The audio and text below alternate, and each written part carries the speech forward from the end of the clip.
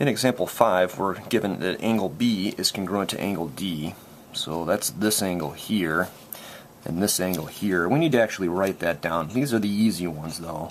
Angle B congruent to angle T, or angle D rather, and that is given to us. If it's a given statement, we can just write that down. So we could also write down that AC bisects BD, and that's also given to us.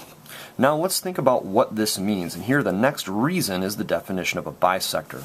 Well, AC bisects BD, and I think we probably meant to, well, that might work, but AE would perhaps be a better option, but AC we could do it here.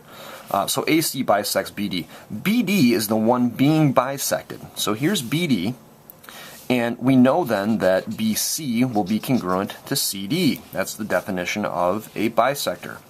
So we can say that BC here is congruent to CD or DC, either way. Here we're asked to write a statement that vertical angles are congruent, and there's only two vertical angles here, so there's a vertical angle here and here.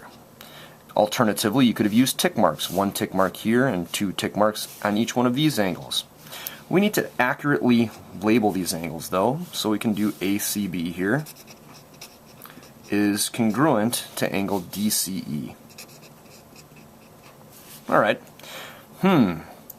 We're asked to prove this statement. Even though this stops, we're not done until we prove that statement. We have to check though to make sure we're ready to do that.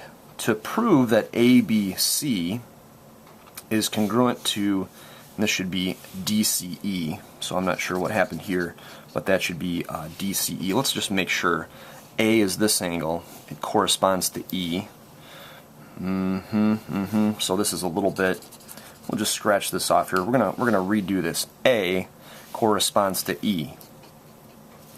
B corresponds to D. And C would correspond to itself. So this one should be triangle EDC. That's the one that we want to prove congruent, okay? Now that's just a slip up there in the question, so make sure when you're writing your statement that it's actually true, you know. So let's see if we can do that. Well, we've got angle, side, angle, and that is a legitimate way of proving that two triangles are congruent, so we are allowed now to write our prove statement that triangle ABC is congruent to EDC, and the reason we said was angle, side, angle. Notice how this side is in between the two angles, and that's why the S here comes right in the middle.